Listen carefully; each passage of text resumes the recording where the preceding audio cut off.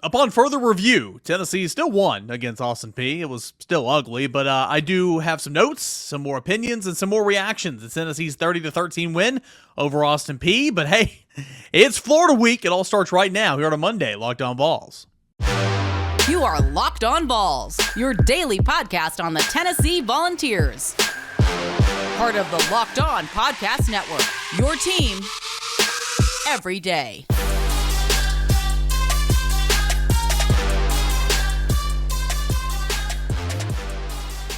Hey, good Monday morning, everybody. Welcome into it. This is the Locked On Vols. It is your team every single day. We're a part of the Locked On Podcast Network. Shout out everydayers. Thanks so much for making Locked On Vols your first listen each and every day. We're a top 100 football podcast in America, all because of you, and it's a whole lot of fun kind of breaking down, discussing everything Tennessee Volunteers football, 30 minutes or less, and we couldn't do it without you. This episode is brought to you in part by FanDuel.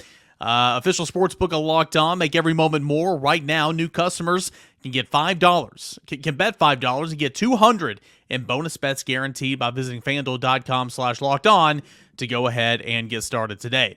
So today on the show, what I want to do is give you some of my notes upon the rewatch, and then we'll kind of get into scoring plays, courtesy of the Vol Radio Network, and then stats and Caner grades. So again, Saturday night, late Saturday night, the postcast, it was late at night, and it was raw emotions, reactions, and I like that because I get to go back and watch the tape again on Sunday and kind of make notes and trends and chart things, and then come back with some more updated notes. So if you didn't hear the postcast from late Saturday night, I encourage you to go listen to that. It's wherever you get your podcast, and of course on YouTube as well. So Joe Milton was not good in this football game. Not breaking any news here. We know it. I mean, if you look at his final stat line, it's like, oh, he completed 63% of his passes, 21 to 33, 2 touchdowns, 228 yards. Not bad. Yeah, that's not bad. But Tennessee completely gave up on throwing the football down the field. It went lateral. They went lateral passes pretty much the entire second half. I read this note on Saturday night. Behind the line of scrimmage, Joe Milton was 10 of 11 for 112 yards and a touchdown. 0 to 10 yards in front of the line of scrimmage, Joe Milton was 10 for 14, and he completed 71% of his passes.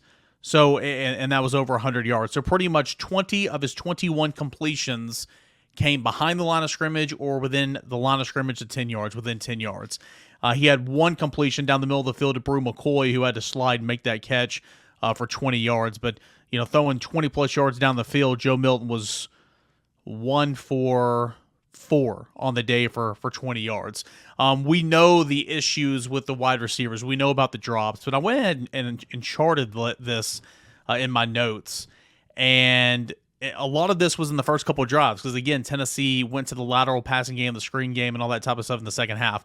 The first throw that was missed on the first drive to Brew McCoy, it was thrown behind him. In real time, I was like, Brew, make that catch. Go back and watch it. It was not a good throw. Drops it, but it was thrown behind him. Bad throw.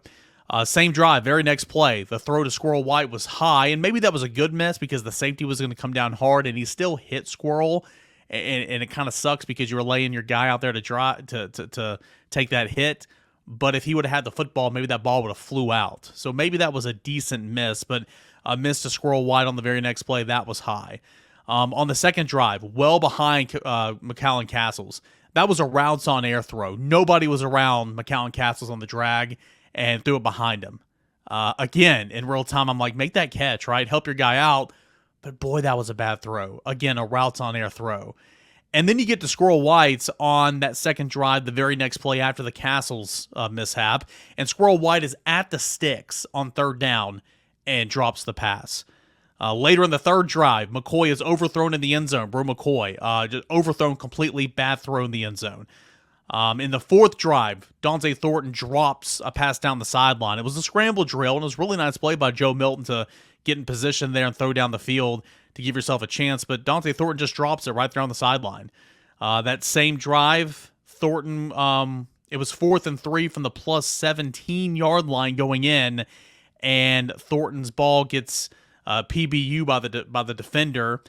It was on a slant, and if the ball is just thrown in front of him, if you lead him just a smidge, you're walking in for 6. But it was thrown kind of on the hip, and it allowed that defender to get in there and get a hand on it and swat it away.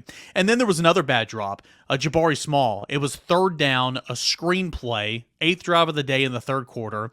It was third and something, but it was a screenplay. And you had Gerald Mincey right in front of you, Jabari Small, to lead block. You had two receivers down the field blocking, engaged, hat-on-hat defender, and you dropped that ball. So, again, Joe Milton was not good in this football game. He wasn't. Is it the end of the world? Does Joe Milton sucks? Or does Joe Milton suck? Is Tennessee going to lose every single game? No, I'm not trying to overreact here. I'm just putting facts here. Joe Milton wasn't good in this football game. But, boy, his receivers didn't help him out at all. Didn't help him out at all. And so I think that was very disappointing upon rewatch and kind of tracking some of those things. So, again, credit Tennessee for adapting to the new game plan, the lateral passing game, the screens, all that type of stuff in the second half. But you're going to have to throw it downfield to beat Florida. How many defenders is Florida going to put in the box to stop the run? Are they going to beg Joe Milton to throw over the top? I think they will at some point in time, and Joe Milton's going to have to rise to that occasion. So, again, the passing game just wasn't insane whatsoever. The holding calls on the wide receivers, good grief. That was the 5th drive in the second quarter, and it was back-to-back variety there.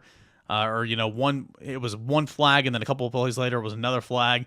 And the first one was called on Squirrel White. Didn't get to see the replay. The broadcast didn't show the replay. The other one was on Brew McCoy, and I thought Brew McCoy just manhandled him. I truly did. Now, when your hands are up here around the shoulder pads, that's when it gets a little risky. You got to be in here in the chest plate. And for a second there, Brew McCoy's hands were up around the shoulder pads, but he got him in plenty of time, and the guy threw the flag late. So I didn't agree with that at all.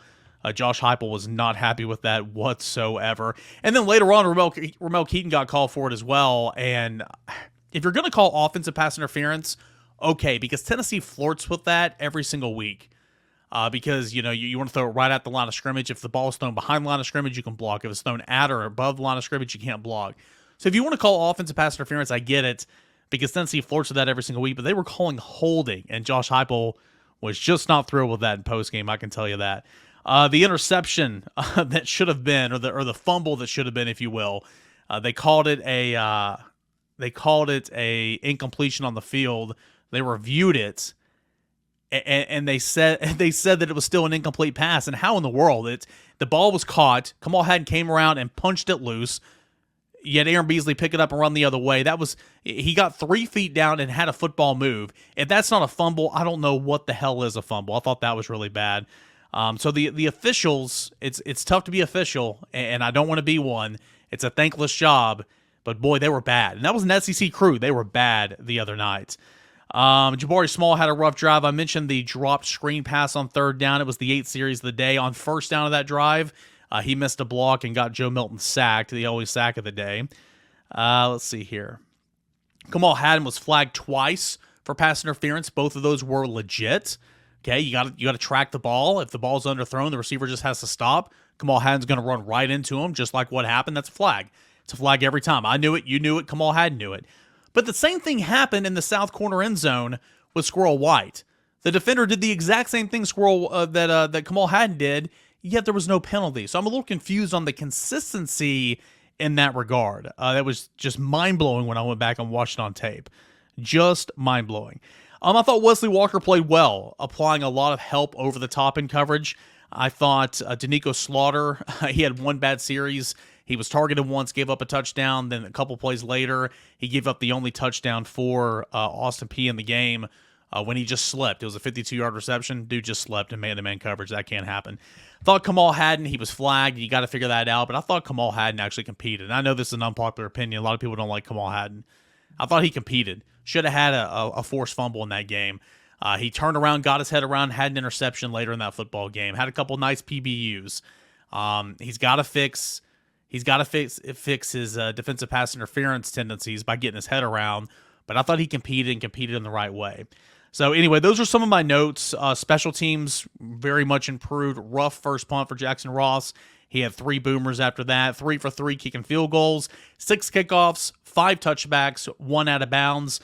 You don't want any out of bounds, but I thought the special teams was much, much better. So anyway, those are some of my my notes that I took, and we'll get to some more stats and Caner grades coming up in segment number 3. But a lot of these are correctable. These are not the end of the world. So many of these things can be sharpened and fine-tuned, and you're going to be okay. But let me be clear here, and I'm not breaking any news. You know it as well. If you go down to the swamp and you play the way you did offensively against Austin Peay, you're going to get your tail whipped. It's as simple as that. So can you correct some things? Can you sharpen some? You're not going to be perfect, but can you sharpen some things? We'll find out. It's a big week, Florida and Tennessee. That's coming up.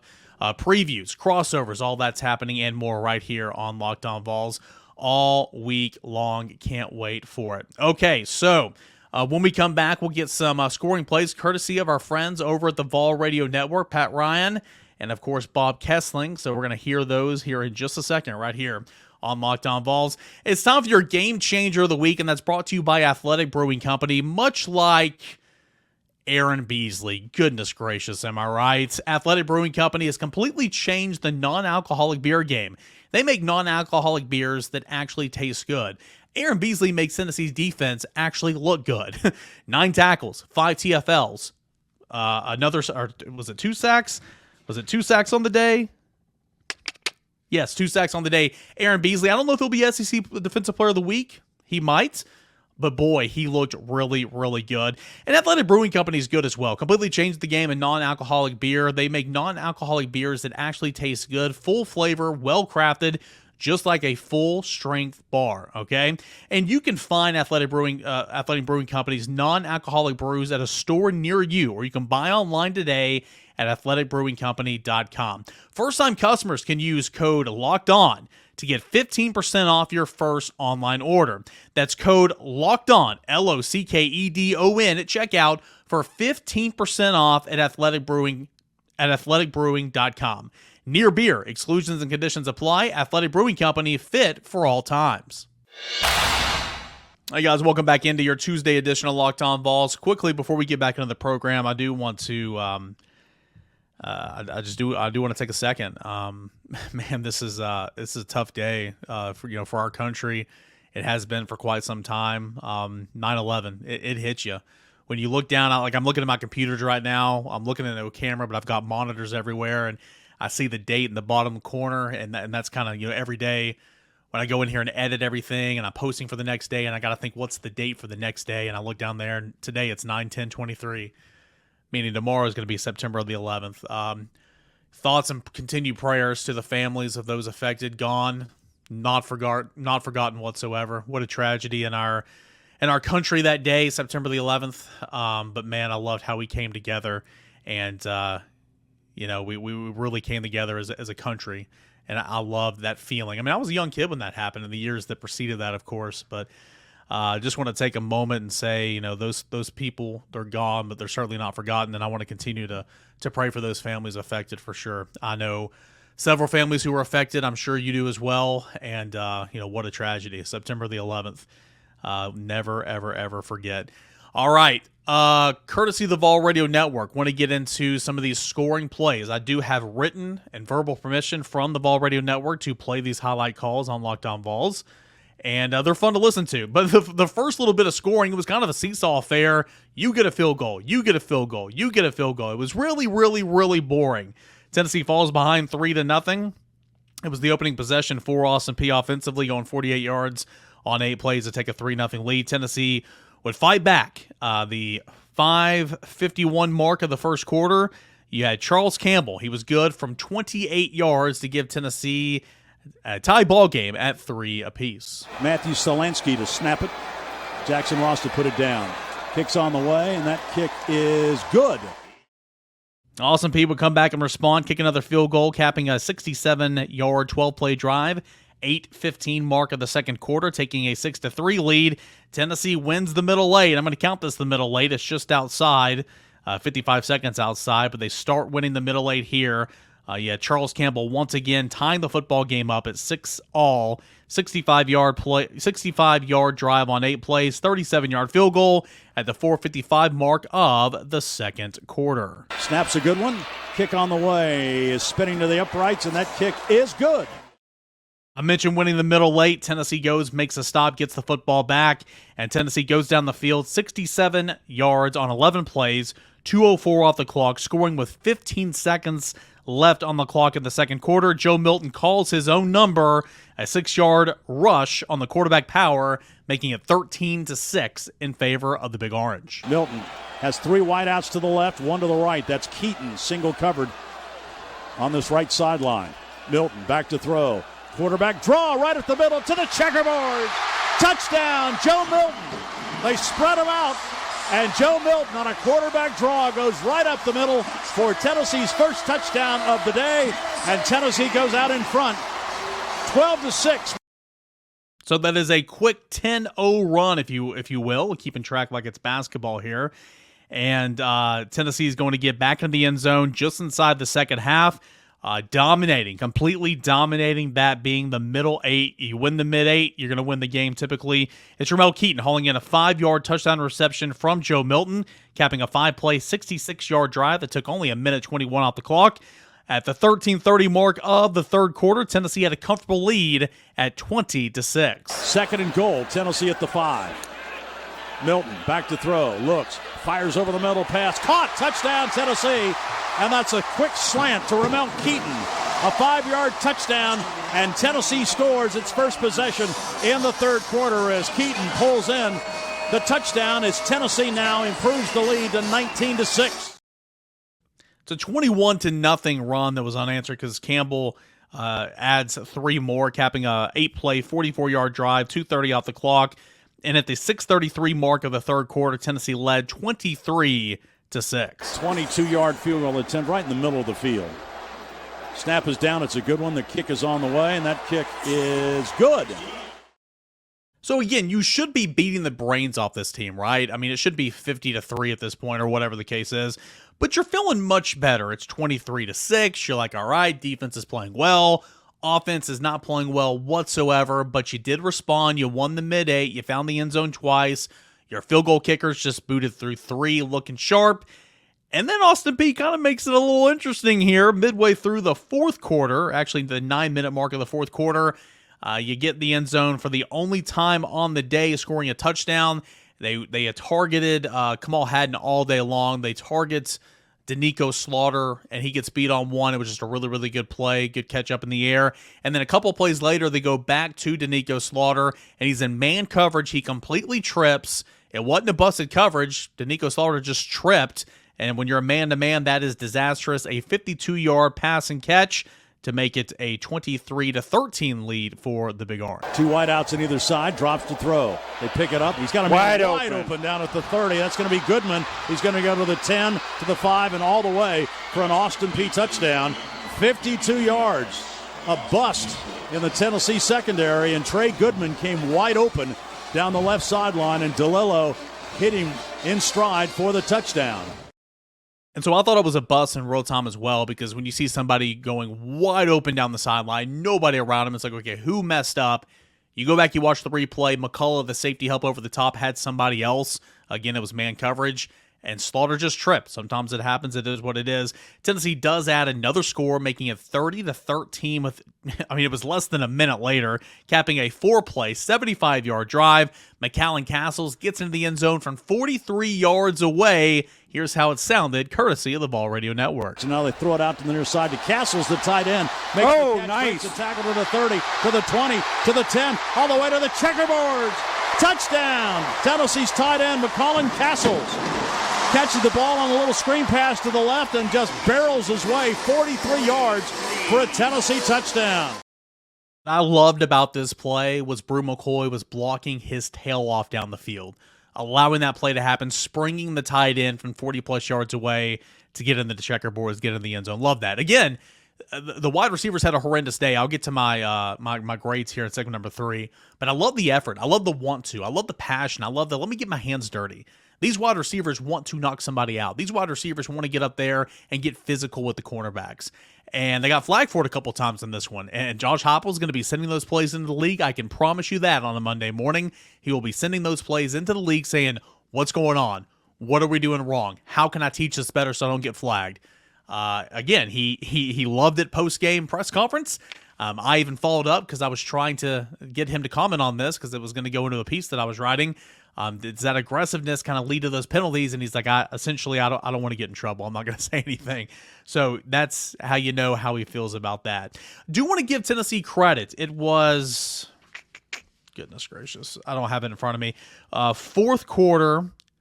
All right, it was the last drive of the day for Austin Peay in the fourth quarter. Hold on, sorry. Here we go. And Tennessee makes a goal line stand. Tennessee makes the stand at the goal line. It was 4th and goal from the 1. The quarterback ran it up the middle, stuffed by Roman Harrison, stopping a 14-play, 74-yard drive that went 7 minutes and 9 seconds off the clock. Tennessee, a goal line stand there at the end to preserve the 30-13 win. Again, the game was never in jeopardy, okay? But doesn't 30-13 look so much better than 30-20 against Austin Peay? Again, trying to polish a turd here. Saturday night was not a good night. Josh Heupel said post game, "Hey, I don't think that we played poorly. I don't think our focus." Or let me say that again. He said, "I don't think our focus was poor. I think we were dialed in and ready to go. I thought we had a good week of practice. But you weren't in sync, and you got to settle in earlier on offense, and especially in the passing game." And that's kind of where this was. We'll come back. We'll get into some Caner grades and some stats. That's coming up next as you listen and watch us right here on Locked On Vols. I want to tell you about our friends over at FanDuel Sportsbook, okay? The NFL season's finally here. It started yesterday, and I don't know about you, but I put some coin in my pocket because of this great new offer happening at FanDuel right now. New customers can bet $5 and get $200 in bonus bets guaranteed. I'm going to say that again. $5, $200 in bonus bets guaranteed. All customers who bet $5 will get $100 off NFL Sunday Ticket from YouTube and YouTube TV. Now is the best time to join FanDuel. It's America's #1 sportsbook. The app is easy to use. You can bet on everything from spreads to player props and a whole lot more. Visit FanDuel.com/lockedon and kick off the NFL season with an offer that you don't want to miss. FanDuel is the official partner of the NFL. A little deep in the program, and I haven't even mentioned it yet, but Twitter Tuesday is tomorrow. Any questions, comments, concerns you guys have, let us hear them at _Caner at Locked On Vols. So when you get to take over the show, you every day is tomorrow. Twitter Tuesday, get me in any questions you guys may have. Tennessee also fell 2 spots to number 11 in the latest Associated Press poll. Stayed put at number 9 in the coaches poll following week 2 action. All right, so we'll get some stats here quickly. We'll go and read some things down here. I'll tell you what I like, what I don't like. Tell you what I want, what I really, really want. Just kidding, I'm not going to do that. Overall yards, total yards of offense, Tennessee 456. That's a little low for Tennessee standards. 339 for Austin Peay. Tennessee ran 65 plays on offense. That's really low. Austin Peay ran 75 plays. Tennessee averaged 7 yards a play. Austin Peay averaged 4.5 yards per play. Penalties, not a very good, clean game in terms of penalties. And I talked about some of those a moment ago. Tennessee penalized 10 times for 88 yards. Austin Peay 9 times for 75 yards. Passing yards, Austin Peay threw it 260 yards. Not great. It wasn't the greatest game defensively in that regard. But again, you were playing from behind, and Austin Peay just couldn't run the football whatsoever, so you were pretty much one-dimensional. Tennessee did throw it 228 yards. I found this interesting, especially in the second half, because Tennessee did not throw it down the field whatsoever, except for that one play to Brew McCoy and the 1 5-yard touchdown on the slant on the goal line to Ramel Keyton. Tennessee still averaged 6.9 yards per pass attempt. I found interesting because they threw so much behind the line of scrimmage in the second half. Anyway, yards rushing. Tennessee, again, another solid day on the ground, 228 yards, 7.1 yards per rush. Really impressive. Austin Peay, 79 yards, 2.3 yards a carry. Tennessee did not win the first down battle. Austin Peay, 19 first downs. Tennessee, 17 first downs. Third down conversions. This is now the third game in a row or really the fourth game in a row, that Joe Milton has started, and it's been poor on third down. Tennessee 3 of 12 on third downs. You had Austin Peay 5 of 18 on third downs. Fourth downs, Austin Peay converted 2 of 5 of them. Tennessee 0 of 1. Red zone chances, Austin Peay 2 of 3 in those opportunities, both field goals. Tennessee was 5 of 6, but only 2 times of those 5 were they touchdowns in that football game. Let's go and look at the Tennessee stats. Joe Milton, again, I read his stats earlier. 21 to 33, completed 63% of his passes, 228 yards and 2 touchdowns. Stats look fine. And again, credit Tennessee and Joe Milton for adapting to the change in the game plan, the lateral passing game, the screens, all that type of stuff, getting it out to the perimeter. Tennessee just did that in the second half pretty much. Stats look good, but that doesn't tell the whole story. Wide receivers, Ramel Keyton, 6 targets, 5 receptions, 52 yards, a touchdown. Brew McCoy, targeted 8 times, 5 receptions, 31 yards. Squirrel White, 8 targets, 4 receptions, 30 yards. McCown Castles had a touchdown on 1 receptions, targeted twice. Here's the story, and this goes to further prove my point of how Tennessee completely changed the dynamic of its passing attack in the second half. 1, 2, 3, 4, 5, 6. 6 pass catchers in this football game had more yards after catch than they did receiving yards. So again, this means that these were passes at or behind the line of scrimmage. Squirrel White had 36 yards after the catch, 30 yards on the day. Jalen Wright, 22 yards after the catch, 18 yards on the day receiving. McCown Castles, 45 yards after the catch, 43 yards on the day. Jabari Small, 17 yards after the catch, 14 yards receiving on the day. Jacob Warren, 13 yards after the catch, 11 yards receiving on the day. And Dylan Sampson, 13 yards after the catch, 9 yards receiving on the day. I think that's really, really telling and showing you how Tennessee's game plan just changed.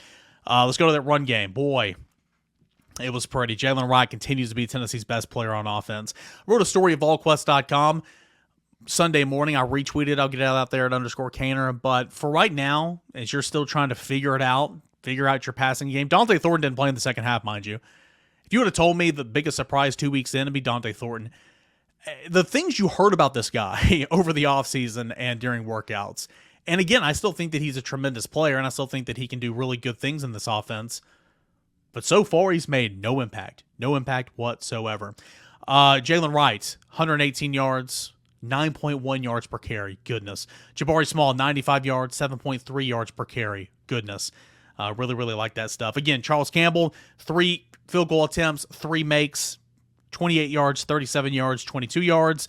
You like that. Josh Turbeville, don't kick it out of bounds. 6 kickoffs, 5 touchbacks. You love that. One of those was out of bounds. And then let's go to the defense. Aaron Beasley, goodness gracious, man. 5 TFLs, 9 tackles, 2 sacks. He's good. He's gotten better and better and better every game he's played at Tennessee. He is good. I think Tennessee clearly has one best player on defense and one best player on offense right now, and that's Aaron Beasley, and that's Jalen Wright, bar none. Wesley Walker had a good day, 6 tackles. He had a sack as well on 4th down, mind you. Tamari McDonald, I thought, had a pretty decent day. 5 total tackles, had a TFL. Gabe Judulali had a TFL. Tyler Barron had another sack. Kamal Haddon had an interception. Karot Garland had a sack. Joshua Joseph, James Pierce, they had sacks. Tennessee, again, 14 tackles for loss, 7 sacks, 1 interception. Tennessee's defense continues to look pretty good. So with that being said, let's go ahead and give out my Caner grades. A lot of you guys hated my grades last week, so buckle up. You're going to really hate them this week. This is just kind of what I see. I'm no teacher. I'm no football coach. Just something fun we do here at Locked On Vols, so have at it. Here it is. And start off with a bang here. Joe Milton, the quarterback position. Again, not all this was his fault. The receivers, just as bad. Joe Milton was not good in the first half, and he just point blank just could not throw the football accurately in this one. That does not mean that he can't. That does not mean that he sucks moving forward. Does not mean that Tennessee's going to lose in Gainesville. I'm just saying he's got to pick it up. He's got to play better. Quarterback position gets a D this week. Yeah, oh, yeah. People are mad. I hear you. People are mad. Let me hear it. Go back and watch the tape. It wasn't pretty. Quarterback position, D. Running backs, you get an A, although Jabari Small had a really rough series, dropped that screen pass, whiffed on a block, got Joe Milton sacked, but still overall, the good makes up for the bad. Running backs get an A. Tight ends get a B. He had a touchdown reception, and when you run for 228 yards, the tight ends are a big part of that. Wide receivers, if your quarterback is going to get a D, your wide receivers are going to get a D as well, okay? Not helping your quarterback at all. If he's struggling, sure, the pass may not be as accurate, but help him out and reel those in. There's a couple of those that could have been caught, even though bad passes. Penalties, even though I don't agree with a lot of them. Ramel Keyton had a fumble. Wide receivers, not a good day. D. Offensive line, B-. You ran for over 200 yards. That's good. You only allowed 1 sack, so that's not horrible, but I felt like the pocket was not as pure and as clean this week because they were playing a lot of games. And that's good to see. I mentioned this on Saturday's show. That's really, really good to see. You want to see that because Florida's going to do the same thing, mixing things up, twists, turns, loose, blitzing from the second level. Offensive line got thrown a lot, and they managed pretty well overall, but it wasn't as great as you like it to be. I would say a B-. Defensive line, A. Linebackers, A, primarily because Aaron Beasley, boy, he was great. Defensive backs, I'm going to get a C, and I understand a lot of you guys are saying, well, Austin Peay threw for, the quarterback completed 74% of his passes. Yeah, that's not good. Threw for 260 yards. I get all that, but they were completely one-dimensional. Couldn't run the football. They had 1 impact play on the ground, and that was a 4th and 2 run by the quarterback. So, again, the run game was completely not even there. So I think that has a lot to do with that. I thought Wesley Walker played well. I thought Tamari McDonald played well at times. I thought Danico Slaughter had 1 drive. It was costly. And again, I thought Kamal hadn't battled. Man, he got flagged a couple of times. That's got to get corrected, okay? I'm not going to sit here and make excuses. But he came back, and he should have had a forced fumble. He was competitive, had a couple PBUs. He got his head around a couple of times, picked off 1 ball, played it perfectly. He was not great, but I thought he battled, and that's more than what I could say from him last year. And then coaching, I'll give it a B as well. I'll give it a C. Coaching's a C. You should have just looked. So the product should have been so much better. And what a missed opportunity. Didn't have a chance to play young guys. I mean, I wanted to see Nico Iamaleava. I wanted to see Christian Charles and not Christian Charles, but I wanted to see him. But I wanted to see John Slaughter and Ricky Gibson and Jordan Matthews, some of these young DBs, right? I mean, I wanted to see some more young guys. What a missed opportunity. Does not mean the world's coming to an end. Does not mean the season is over. It's a big week coming up. Florida, Tennessee. It's a rivalry week down in the swamp. And I'll spend all week long previewing Tennessee and Florida. We'll start with Twitter Tuesday questions. Get those in at _Canner and at Locked On Vols. We'll spend all day tomorrow answering your questions when you take over the show. You everydayers. Love you guys. Thank you so much. And thanks so much for being here. Big week coming up. I'll see you guys tomorrow. Until then, enjoy the rest of your Monday, everybody.